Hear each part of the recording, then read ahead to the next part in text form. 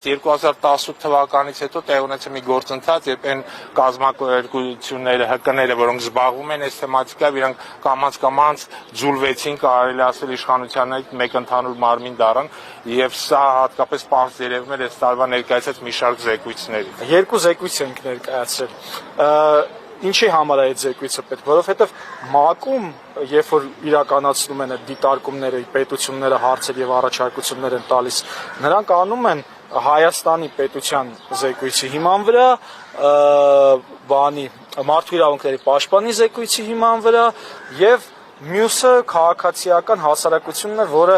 զեկույցները տալիս մարդու իրավունքների ոտնահարման հետ կապված, պետությունները վերցնում են այդ զեկույցները եւ դրա հիման վրա առաջարկություններ եւ դիտարկումներ են անում։ Վերջին տարիներին մարդու իրավունքները Հայաստանում խիստ սահմանափակվել են։ Իրավապաշտպանները թիրախավորվում են եւ այս ամենը քաղաքականացվում է։ Եթե նախկինում ակտիվիստները Հայաստանում ստանում են մարդու իրավունքների մրցանակներ, այս պահին ակտիվիստները տեսնում եք ինչ է տեղի ունենում, եթե նրանք բարձրաձայնում են խնդիր, նրանք թիրախավորվում են ընդհանուր մինչև ֆիզիկական բռնություն է տեղի ունենում։ Տրվել են զեկույցներ նաեւ Ադրբեջանի հասարակության կողմից Հայաստանի նկատմամբ եւ ինչն է կարեւոր, այն բոլոր մեղսագործությունները, որոնք որ արվել են Ադրբեջանի կողմից, հիմա դրանք գրվել են որպես Հայաստանի կողմից մարդու իրավունքների խախտում։ Ադրբեջանը շարունակում է իր ագրեսիվ վարքագիծը միջազգայնացիաներում եւ ապատեղեկատվություն տարածելով, սակայն հակադարձում չստանալով կարող է բավականին իրենց համար դրական արդյունքներ արձանագրել։ Օրինաչափություն կար հայկական զեկույցի մեջ, որ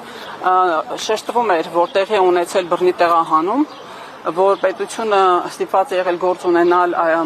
փաստականների մեծ խմբի հետ, բայց չի շեշտում այդ բռնի տեղահանումը ով է իրականացրել, ընդհանրապես դրա մասին խոսք չկա զեկույցում, որը շատ տարօրինակ է, որևիցե խոսք չկար ընդհանրապես խաղաղ ցույցերի մասին եւ ինչպես էին դրանք բանանում ճնշվում,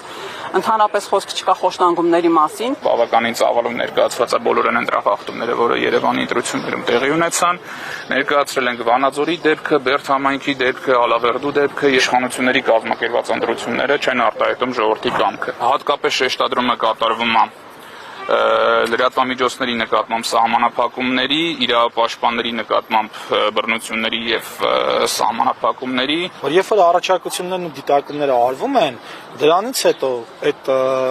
լսող պետությունը ինքը առաջարկությունները կամ ընդունում է կամ ոչ։ Եվ այս պարագայում 98 պետություն Հայաստանին առաջարկություններ է ներկայացրել։ Երկրների ամենատենդենսը